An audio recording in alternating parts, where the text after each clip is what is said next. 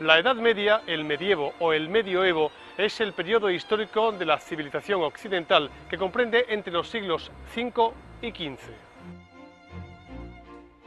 Su comienzo se sitúa convencionalmente en el año 476 con la caída del Imperio Romano en Occidente y su fin en 1492 con el descubrimiento de América, o en 1453 con la caída del Imperio Bizantino, fecha que coincide con la invención de la imprenta y con el fin de la Guerra de los 100 años. Hoy en Intramuros vamos a ahondar en las recientes investigaciones en torno al medievo en Jerez.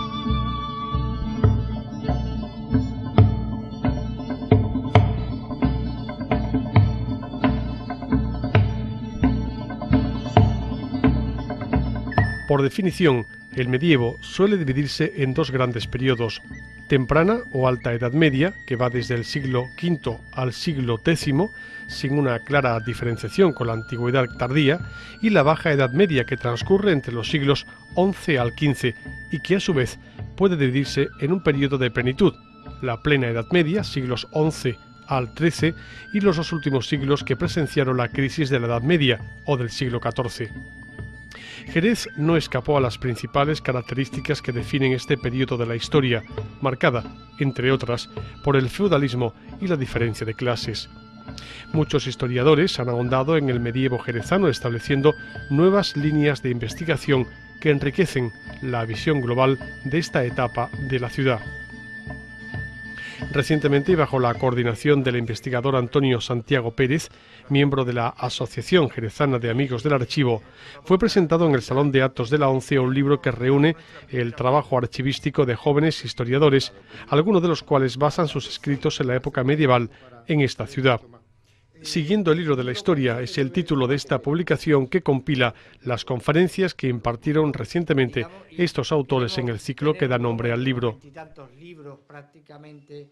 Claro que había material por una razón, porque lo que veíamos un desperdicio es que el ciclo de conferencias, que se hizo un esfuerzo a estos jóvenes investigadores, se prepararan las conferencias y quedaran ahí nada más, ¿no? La conferencia es un acto de un día, se imparte, se divulga conocimiento en un solo día, pero eso se disipa, ¿no? Entonces el objetivo de la asociación era materializar esas conferencias, y el material pues ya estaba en la propia base de las conferencias, con lo cual ha sido un trabajo, la verdad, que muy agradable de llevar a cabo y rápido, porque la preparación de las conferencias prácticamente, cuando llamamos jóvenes investigadores, son jóvenes pero no carentes de madurez en la investigación, ¿no? Y como universitarios que son, pues ellos han preparado sus conferencias haciendo esquemas, escribiéndolas para luego soltarlas aquí, ¿no? Pues les ha sido bastante fácil poder llegar al papel, ¿no? Que ha sido importante ese esfuerzo, un esfuerzo final, pero que se le debe al ciclo, ¿no? Fundamentalmente. Bueno, no tanto lo que varía, sino lo nuevo que se aporta. Muchas veces los historiadores no pretenden variar la historia porque hay veces que la historia está sustentada sobre buenas investigaciones y no hay que cambiarla. Lo que hay es que seguir aportando y yo creo que es lo que hace este libro. Este libro no cambia nada, pero sí aporta mucho más. Aporta prácticamente todo un conocimiento inédito en la horquilla cronológica que antes dije en mi espacio de la mesa, una amplia horquilla cronológica que va desde la prehistoria reciente hasta el siglo XX. Ciertamente es un trabajo que aglutina los trabajos de muchos jóvenes investigadores, como el nombre del ciclo ha indicado a lo largo de estos meses, y bueno, en ellos podemos ver y analizar diferentes etapas de la historia de nuestra ciudad, desde la prehistoria hasta lo más contemporáneo, que es precisamente el siglo XX. Y entre ellos se incluye el trabajo que yo presento, que trata sobre la labor que Ramón Álvarez de Palma, párroco de San Miguel, realizó en el siglo XVIII, y fundó así el Hospital de Mujeres Incurables, para atender a un grupo social que eran mujeres que andaban deambulando por las afueras de nuestra ciudad en un total desamparo y abandono, y fue Ramón Álvarez de Palma el que las aglutinó y les dio asistencia en este hospital. En este caso es precisamente el siglo XVIII el que nos ocupa en el trabajo que yo presento. Un hospital que se fundó en 1753 y que tuvo su final ya avanzado el siglo XIX, cuando se refundieron los hospitales en el de Santa Isabel de Hungría. Desde que yo llegué a Cádiz en el año 1977 para ser profesor de aquel maravilloso colegio universitario que había de Filosofía y Letras, ha progresado mucho la investigación sobre la historia de Cádiz y de la provincia. Y en concreto la de Jerez también ha sido un boom en las investigaciones últimas sobre la historia de Jerez, muy importantes y muy buenas. Y las que están en curso ahora mismo, dos tesis que estoy dirigiendo yo sobre el municipio de Jerez en el siglo XV, yo espero que esas dos tesis nos den una etapa globalizadora de cómo era la sociedad jerezana en el siglo XV.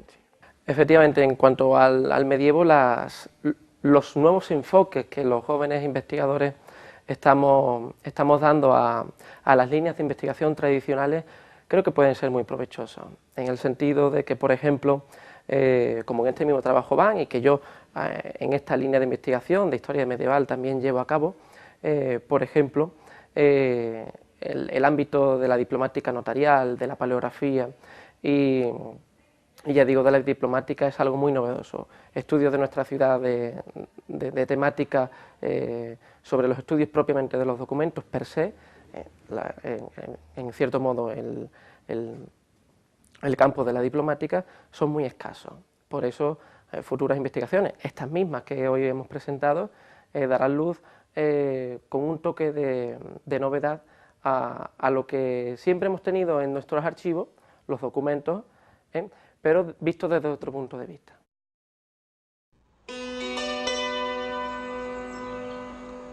Comenzando por la denominada Alta Edad Media, hemos de hablar necesariamente de la época islámica que define a Jerez principalmente en el siglo X.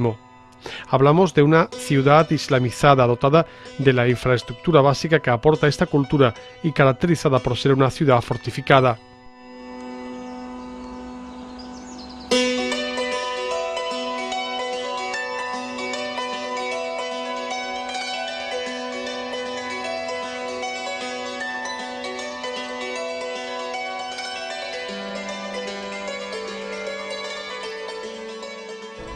Del siglo X, los datos que tenemos son a partir de las biografías de los sabios que habitaron la ciudad de Jerez a partir del siglo IX.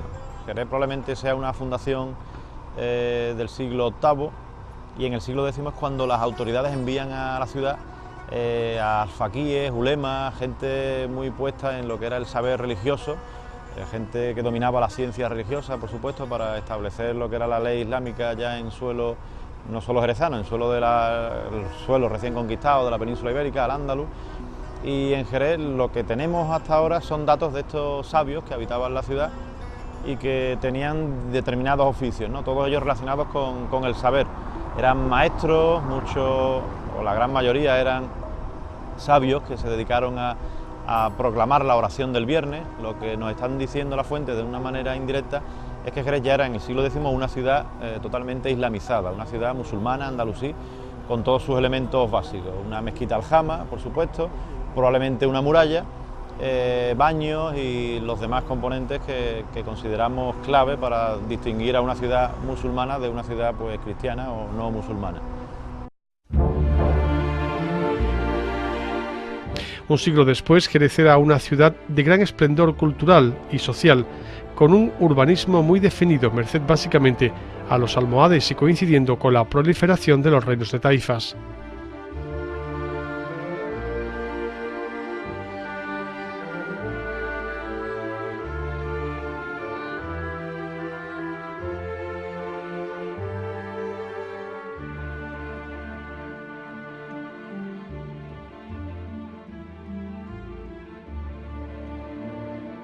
Sobre todo a partir de la época de los almohades es cuando Jerez, digamos, tiene su siglo de oro particular. El siglo XI, que es la época de los reinos de taifa, parece que Jerez tiene o pierde un poco ese protagonismo que había tenido desde el siglo X, pero es algo que las fuentes no nos dicen claramente, pero que la arqueología nos está demostrando que no fue así. El Jerez del siglo XI fue también cabeza o capital del reino taifa de Jerez y de Arcos, que no duró demasiado, pero es cierto que la arqueología, las cerámicas con inscripciones nos están dando bastantes datos sobre esa ciudad del siglo XI, que fue una ciudad también muy rica, pero eclipsada de alguna manera por el reino taifa de Sevilla, por la gran capital abbadí que fue Sevilla. La base económica del Jerez del siglo X, incluso anterior, es por supuesto la agricultura. Jerez está rodeado de un rico alfoz, de muchísimas alquerías, herederas de las villas que poblaron esta zona en época romana. Y si en época imperial la zona de Jerez, donde hoy está ubicada Jerez, lo que era la provincia de Cádiz o Gades, fue el granero de Roma, como así se llamaba, en época musulmana también fue una de las zonas, de las regiones que más impuestos aportaba a Córdoba. La Cora de Sidonia, Cora es una denominación para provincia, era una división administrativa, militar, a partir del siglo VIII, de la segunda mitad. Posteriormente desaparece esa terminología, ya no existe, en época almorávide y almohade. Pues la Cora de Sidonia era la cora o una de las coras que más dinero aportaba, más impuestos aportaba a Córdoba.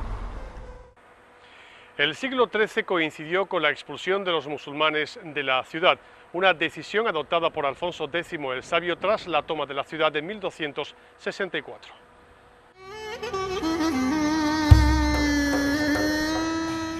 Esta decisión motivó por un lado una merma de la población que, según el libro del repartimiento, queda en la mitad, esto es, en 7.000 habitantes, y por otro, en la pérdida de patrimonio cultural y social.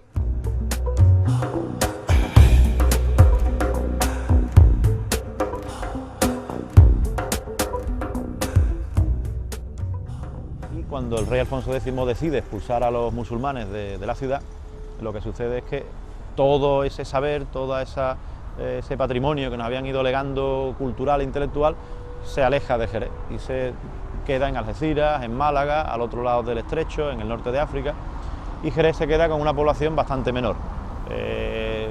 Estudiando el libro de repartimiento, los profesores González Jiménez de Sevilla, el profesor González Jiménez de Sevilla, estipuló una cantidad de habitantes en torno a los 7.000 habitantes, algo menos, más de la mitad menos de lo que habitó el Jerez del siglo XIII en época musulmana, en época andalusí. ¿Qué sucedió con las murallas? Las murallas se fueron deteriorando, por supuesto, después de la toma de Jerez, y de la muralla pues queda lo que todavía ahí conservamos, que es bastante, pero que no se conserva en su totalidad, por supuesto, debido a todos los cambios que hubo, la ampliación de la ciudad, los arrabales, etc. Lo que sí es significativo es considerarla, o digamos, decir que la muralla no es una muralla almohade en su fisonomía, digamos, primitiva. Es probable que fuera una muralla anterior, del siglo X como mínimo. De hecho, Laureano Aguilar, arqueólogo del Museo de aquí de Jerez, descubrió en la calle Ancha ciertas construcciones que podían ser anteriores a ese siglo XII, que se podían datar en el siglo XI. Si tenemos en cuenta que había una inscripción con un tipo de caligrafía muy parecida a la letra Abadí que se usaba en el Reino Taifa de Sevilla, podríamos decir que sí, que la muralla mínimo siglo XI, siglo X fue su construcción. Hoy el centro de nuestra ciudad ha heredado parte de esa ciudad andalusí. De hecho, pasear por sus calles es observar una configuración urbanística que recuerda a las ciudades árabes. Se percibe, se nota, aunque en realidad la presencia física que nos recuerda la época árabe en Jerez es pequeña, y se centra especialmente en lo que queda de las murallas y en el alcázar y mezquita.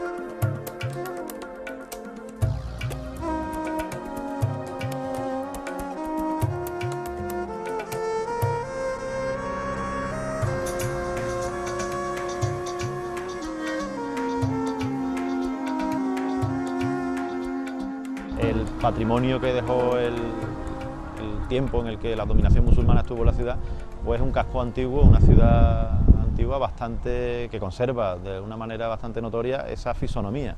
De hecho, cuando se restauran casas o se tiran casas para intentar arreglarlas y demás, salen arcos del siglo XIII, siglo XIV, ya mudéjares también, pero herederos de esa ciudad andalusí que fue. Pasear por las calles del Jerez antiguo es pasear de alguna manera por una ciudad andalusí. Se conserva bastante de la fisonomía, por supuesto. No han quedado más restos, solamente queda la mezquita del Alcázar, porque cuando el rey Alfonso X el Sabio reconquista la ciudad, pues las antiguas mezquitas, que serían de un número más o menos de 18 cuando llega Alfonso X, se convierten en iglesias cristianas, por supuesto. No nos han dejado más restos, como en otras ciudades que sí se conserva alguna mezquita, ¿no? Como podría ser en la propia ciudad de Toledo, que es verdad que o Córdoba, por supuesto, pero bueno, ese legado que tenemos de lo que es la fisonomía de la ciudad, yo creo que es bastante significativo, aparte de este alcázar, que también se conserva en muy buena medida y gracias también a la labor de los arqueólogos municipales. Todo se ha dicho.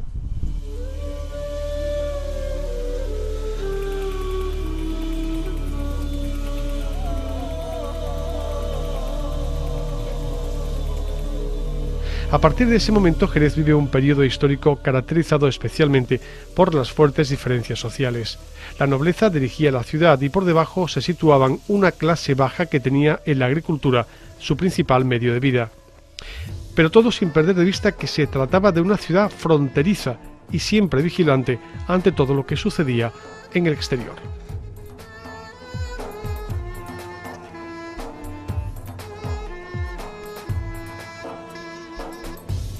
Una ciudad muy complicada, una ciudad en cierto modo desastrosa, porque no se puede calificar de otra forma cuando teníamos a varios kilómetros al enemigo musulmán, como dice la fuente, y por lo tanto siempre ha sido, hasta bien avanzado el siglo XV, una ciudad que ha intentado sobrevivir en una frontera, la frontera también como modo de vida, una frontera en las que sus habitantes estaban continuamente acechados por las razias musulmanas y que eso formaba también parte de su cotidianidad.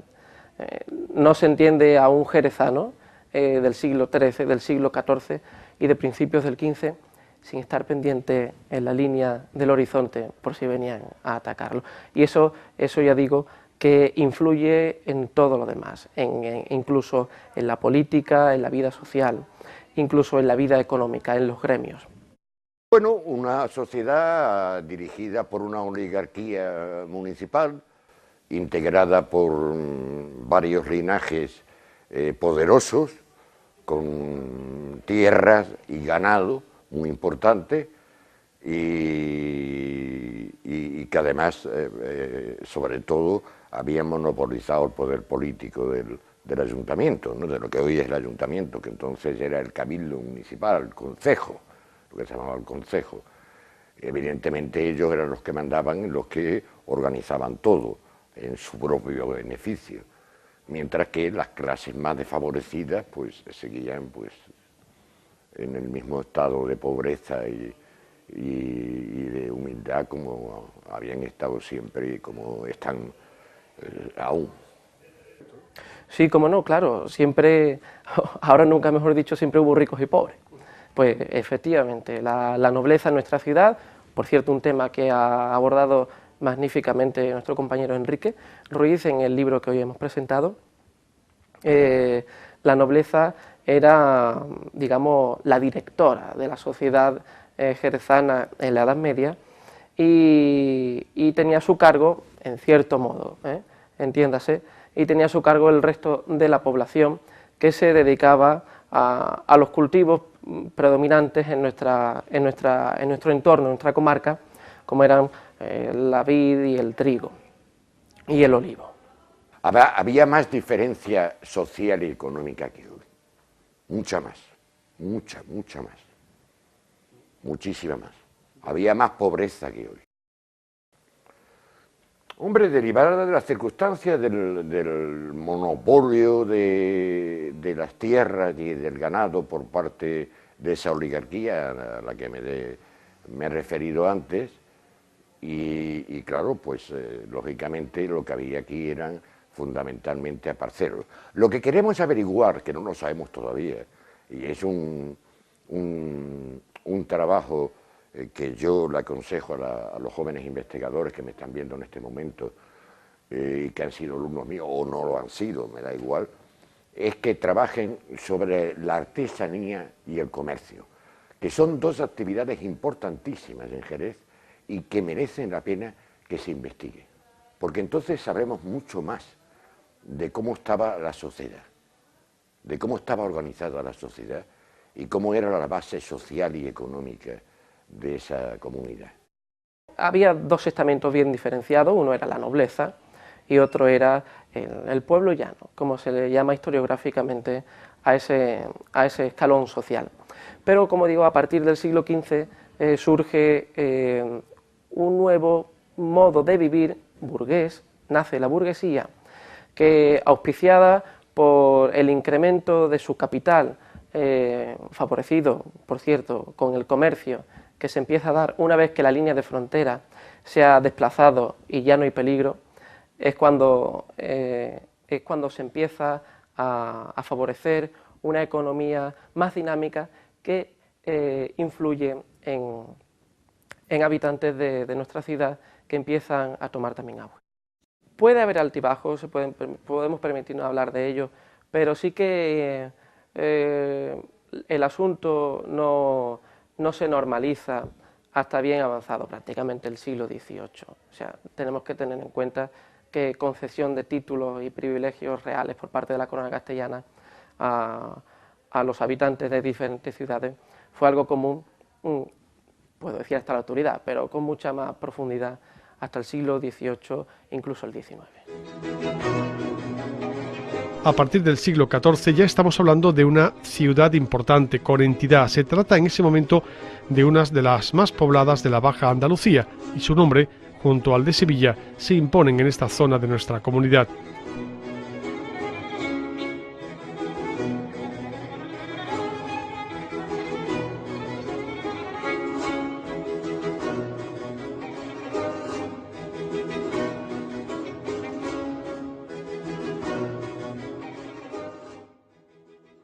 El comercio y la agricultura, unido a una nobleza rica, hacen de la ciudad de Jerez una ciudad de renombre, no solo ya en nuestra comarca, sino prácticamente en toda Andalucía.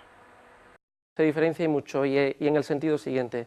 En el reino de Sevilla, ocasionado a raíz de la Reconquista, hay dos ciudades con nombre propio, una es Sevilla y otra es Jerez. Son dos grandes ciudades.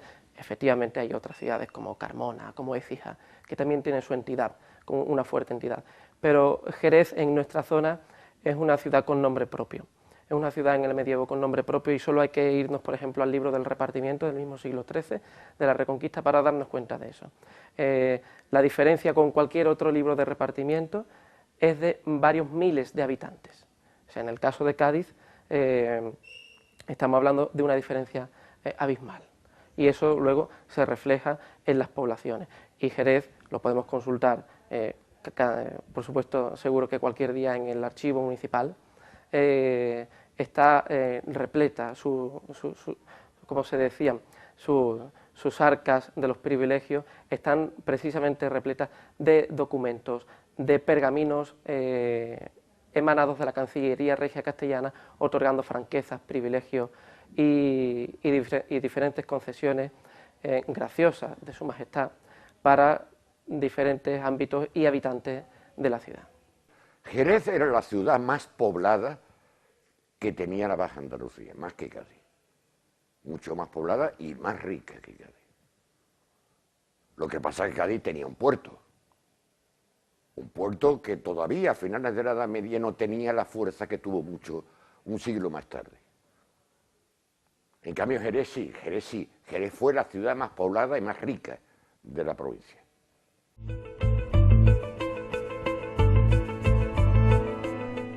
Es precisamente a partir del siglo XIV cuando comienza de forma destacada la exportación de vino de Jerez, un comercio que trae a la ciudad riqueza y nombre en Europa, incluso en América, ya que hasta allí comienzan a llegar nuestros caldos.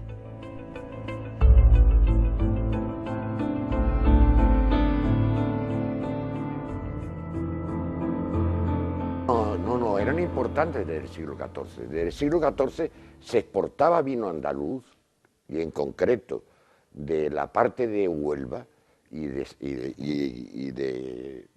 Sanlúcar y Jerez a Inglaterra, por ejemplo. Inglaterra y Flandes eran grandes consumidores de vino de Jerez. Shakespeare, lo que pasa que, claro, al final del siglo XVI, pero claro, recogiendo tradiciones anteriores, habla del vino de Jerez y habla del vino de Huelva, que encendían el corazón y lo refrenaban. Por eso de ahí la importancia que tenía ese vino. Entonces, ¿no? Sí, claro, desde el XIV se exportaba el vino. Hay un libro magnífico de una historiadora británica llamada Andy Childs, que ha escrito sobre el comercio anglo-andaluz, donde menciona naturalmente la presencia del comercio del vino en Inglaterra como uno de los productos más exportables. Pero también exportaba Inglaterra aquí, sobre todo paños. Jerez exportaba vino, fundamentalmente.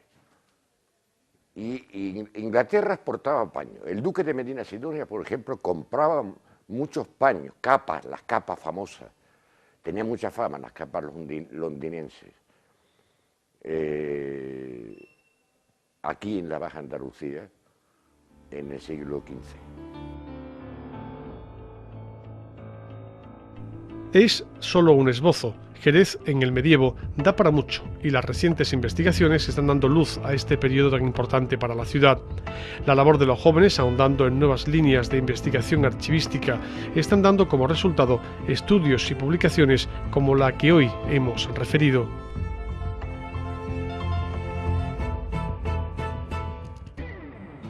En cualquier caso, aún queda mucho por descubrir, mucho por investigar en torno al medievo en Jerez, y muchas de esas investigaciones pueden estar precisamente en los archivos privados e investigaciones como las del libro que ha sido objeto de estudio durante este programa. Cuando un día se presente algún libro que aglutine la documentación de los archivos privados de Jerez, ese autor podría fácilmente presentar su libro con una frase y callarse. Y es la siguiente: aquí está lo que le falta a la historia de Jerez. Hombre, queda mucho por trabajar y descubrir de alguna manera también en archivos privados que no han sido explotados. Por ejemplo, el de los Vargas, que es un archivo que debe ser rico, porque en principio es un archivo que debe tener una documentación muy importante y que me gustaría que se investigara. Por lo menos la parte medieval, que es la que me compete a mí, evidentemente.